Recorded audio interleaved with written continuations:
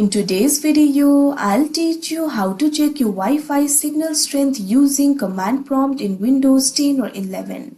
Right now I'm using Windows 10, but the process is same for all of the Windows. So first of all, what you have to do is simply open the command. For that, click on the search icon that you can see at bottom. Now what you have to do is type in CMD. Now click on this option, run as administrator, that you can see on the screen.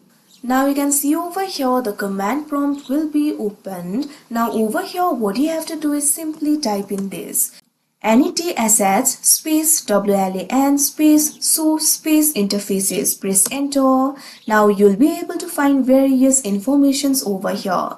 Right over here you'll be able to find this option for signal. If your signal is more than 80%, that means you have a strong signal strength. Likewise, if it is under the 60%, that means your connection is very slow and weak. So like this you'll be able to check the signal strength.